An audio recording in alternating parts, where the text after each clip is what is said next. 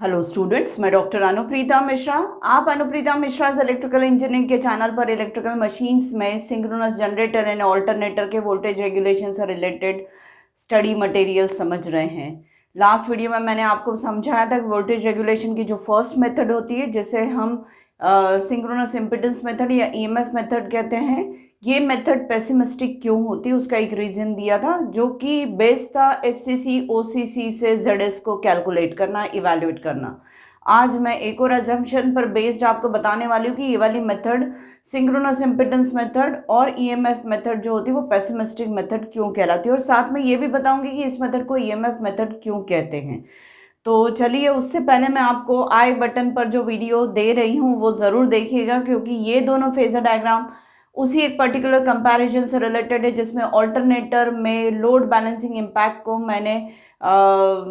समझाया था with respect to the transformer, और साथ में ऑल्टरनेटर में होने वाले डीमैग्नेटाइजिंग, क्रॉस मैग्नेटाइजिंग, मतलब फ्लक्स डिस्टर्बेंस को भी मैंने समझाया था इन्हीं फेजर डायग्राम्स के थ्रू। तो प्लीज़ वो आप ज़रूर देखिएगा। ये फेजर डायग्राम ऑल्टरनेटर का है और ये ट्रांसफार्मर का है।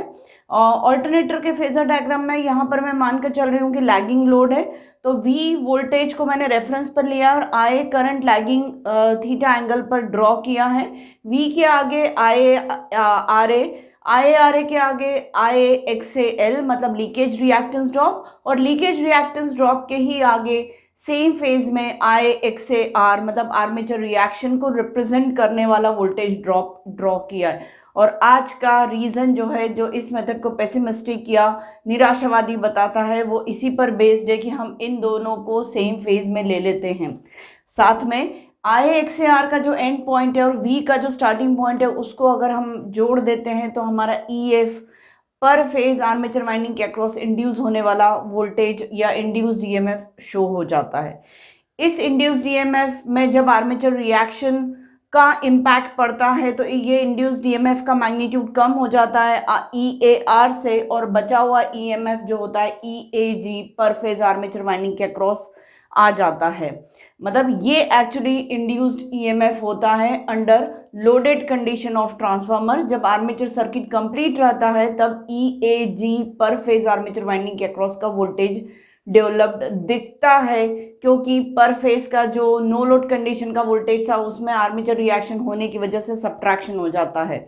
ये जो ईएमएफ्स है ये अपने अपने फ्लक्स से 90 डिग्री लैगिंगनेस पर रहेंगे। फाई एफ से ई एफ 90 डिग्री पर रहेगा, फाई ए जी से ई ए जी 90 डिग्री पर रहेगा, और फाई आर से ई ए आर 90 डिग्री पर रहेगा। पर थोड़ा यहाँ प्लस और माइनस साइन का हमें ध्यान रखना है, क्योंकि ये एरो ऐसा है तो ये एरोज भी ऊपर की तरफ, मतलब इस ओरिजिन से बाहर की तरफ जा रहे हैं, और ये वाला एरो फाई आर का ओरिजिन की तरफ आ रहा है और ये अपोजिट है, तो थोड़ा सा इसका ध्यान देना पड़ेगा। फेजर इक्वेशंस को आप देखेंगे तो समझ जाएंगे। तो ये फाई आर किसकी वजह से है? आई ए की वजह से। जो फ्लक्स सेट होता है ऑल्टरनेटर पर फेज आर्मेचर वाइंडिंग में, वो फ्लक्स हम इसके साथ सेम अलाइन दिखाते हैं फाई आर के साथ आई का। ये क्यों? जो एजम्पशन हमने करके रखा है कि ये दोनों ड्रॉप्स जो होते हैं, लीकेज रिएक्टेंस ड्रॉप और आर्मेचर रिएक्शन की वजह से वोल्टेज में जो कमी आ रही है, वो कम वोल्टेज,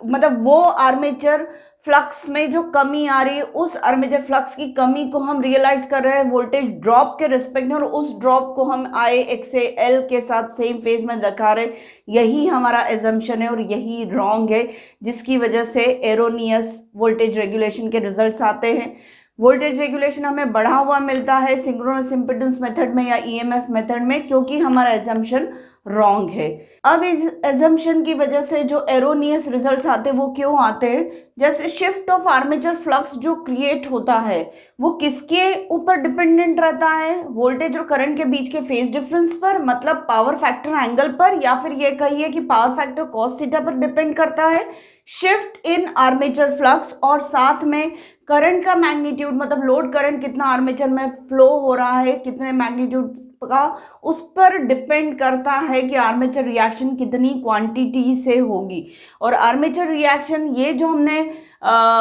अजम्पशन किया हुआ है जो कि एरोनियस है, उसकी वजह से फाई आर जो है वो आई के साथ सेम फेज में है ऐसा मानते हुए चल रहे हैं बेटा हम।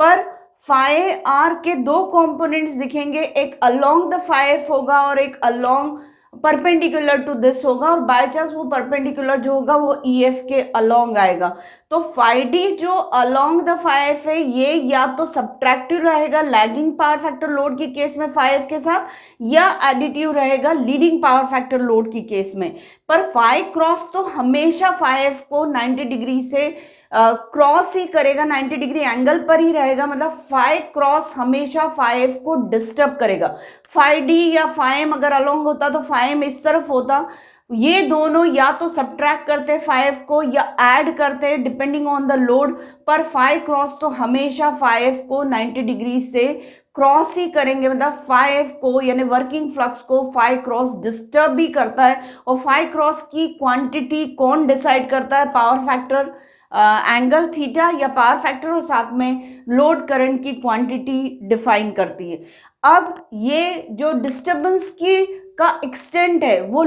अभी जैसे बताया पावर फैक्टर पर डिपेंड कर रहा है और लोड करंट पर डिपेंड कर रहा है, तो उसकी वजह से ये दोनों अलाइंड नहीं रहते, ये दोनों सेम फेज में नहीं रहते। इस एजम्पशन की वजह से क्या हो रहा है, इन दोनों का जो सम है आई एक्सेस, ये जो है वो बड़ा कैलकुलेट हो रहा है, क्योंकि अलाइन होने की वजह से इनका phasor sum simple addition algebraic addition के बराबर है, तो ये अपनी मैक्सिमम वैल्यू दे रहा है जो कि एक्चुअली मैक्सिमम नहीं है, क्योंकि ये दोनों सेम फेज में है नहीं, और जब दो फेजर क्वांटिटी सेम फेज में नहीं होती तो उनका एडिशन अलजेब्रिक सम के बराबर नहीं होता है, उससे छोटा होता है। मतलब एक्चुअल वाला आई एक्सेस जो होगा वो छोटा होगा इन दोनों के फेजर सम से, मतलब आई एक्सेस से छोटा होगा, तो हम रीड आउट ज्यादा कर ले रहे हैं, और होता है एक्चुअली ऑल्टरनेटर का आई एक्सेस एक्चुअल वाला वो छोटा होता है, मतलब एक्चुअल वोल्टेज रेगुलेशन जो होता है वो छोटा होता है, क्योंकि हमें मालूम है वोल्टेज रेगुलेशन जो होता है वो क्या होता है, E F minus we T upon we T into 100,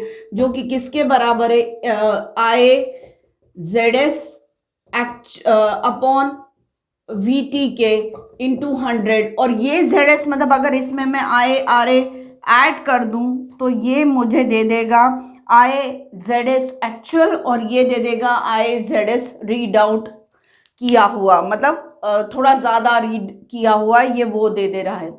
तो इसका मतलब actual value I Z S की छोटी है, और जो हम इवैल्यूएट कर रहे हैं इस मेथड के थ्रू आई जेड एस वो थोड़ा बड़ा आ रहा है, जिसकी वजह से वोल्टेज रेगुलेशन, ये न्यूमरेटर बड़ा है तो उसकी वजह से वोल्टेज रेगुलेशन की क्वांटिटी ज़्यादा मिल रही है, और वोल्टेज रेगुलेशन की क्वांटिटी ज़्यादा मिल रही है, इसलिए हमें ये वाली मेथड से वोल्टेज रेगुलेशन फाइंड आउट करना निराशावादी लगता है, निराशाजनक लगता है कि अरे वोल्टेज रेगुलेशन तो ऑल्टरनेटर का ज़्यादा है, मतलब ऑल्टरनेटर हमारा बहुत अच्छा नहीं। पर ऐसा नहीं है बेटा, ऑल्टरनेटर एक्चुअल वाला ऑल्टरनेटर का वोल्टेज रेगुलेशन इससे कम ही आएगा। तो एक तरीके से सिंक्रोनस इम्पीडेंस मेथड या ईएमएफ मेथड हमको क्या इवैल्यूएट करके देती है कि इतना जो वोल्टेज रेगुलेशन इस मेथड से इवैल्यूएट हो रहा है, इससे ज़्यादा तो वोल्टेज रेगुलेशन ऑल्टरनेटर का हो ही नहीं सकता, इससे कम ही आएगा, मतलब वोल्टेज रेगुलेशन की एक रेंज हमको इस मेथड से मिल जाती है। तो मैंने आज आपको सेकेंड रीज़न भी बता दिया कि इन दोनों का अलाइंड होना जो एजम्पशन है उसकी वजह से आई जेड एस हमें कैसा मिलता है, ज़्यादा मिलता है सिंक्रोनस इम्पीडेंस मेथड से या ईएमएफ मेथड से, पर एक्चुअली वो कम होता है। रीज़न बीइंग कि ये दोनों अलाइंड नहीं है, तो इन दोनों का फेजर सम इनके अलजेब्रिक सम से छोटा ही होगा, तो एक्चुअल ऑल्टरनेटर का I X A L plus I X A R छोटा ही होता है, या कहिए I X L plus I X A R plus I A R A, ये क्वांटिटी जो आई जेड एस एक्चुअल है ये छोटी होती है। इसके साथ साथ मैं ये भी बता दूं कि इस मेथड को ईएमएफ मेथड क्यों कहते हैं, तो रीज़न यही है कि आर्मेचर रिएक्शन वाले ड्रॉप इन फ्लक्स की वजह से जो ड्रॉप इन वोल्टेज होता है, मतलब ईएफ कम होके ईएजी होता है, तो ये जो ड्रॉप वाला फिनोमेना हो रहा है, इसको फ्लक्स के ड्रॉप का या फ्लक्स के डिस्टर्बेंस के फिनोमेना को हम रियलाइज कर रहे हैं इन टर्म्स ऑफ ईएमएफ, इसलिए इस मेथड को ईएमएफ मेथड कहा जाता है। तो मैंने दो आपके क्वेश्चंस का आंसर दिया, आज एक रीज़न 2 दिया कि वोल्टेज रेगुलेशन की सिंक्रोनस इम्पीडेंस वाली मेथड या ईएमएफ मेथड को हम पेसिमिस्टिक मेथड क्यों कहते हैं, और साथ में एक रीज़न और बताया कि इस मेथड को हम ईएमएफ मेथड क्यों कहते हैं। तो प्लीज़ मेरे आज के वीडियो को लाइक करिए, और बेटा मैं बहुत ज़्यादा मेहनत करके इनके डीप कॉन्सेप्ट्स में जाकर आप तक पहुंचा रही हूं, और सारी चीज़ें जो मुझे लगती थी कि मिसिंग है पढ़ाई करते टाइम, उन सारे वाई क्वेश्चंस और रीजंस पर मैं वर्कआउट की हूँ इतने सालों में और वही आपको डिलीवर कर रही हूँ। तो प्लीज़ मेरे वीडियोस को ज़्यादा से ज़्यादा इलेक्ट्रिकल इंजीनियर्स के बीच में शेयर करिए ताकि सबके कॉन्सेप्ट्स क्लियर हों और ज़्यादा से ज़्यादा स्टूडेंट्स को फ़ायदा मिले, इलेक्ट्रिकल इंजीनियरिंग वाले प्रोफेशनल्स को ज़्यादा फ़ायदा मिले और आपके इंटरव्यू क्वेश्चंस के आंसर्स की प्रिपरेशन भी बहुत अच्छे से हो पाए। तो प्लीज़ मेरे आज के वीडियो को लाइक कर दीजिए। Thank you.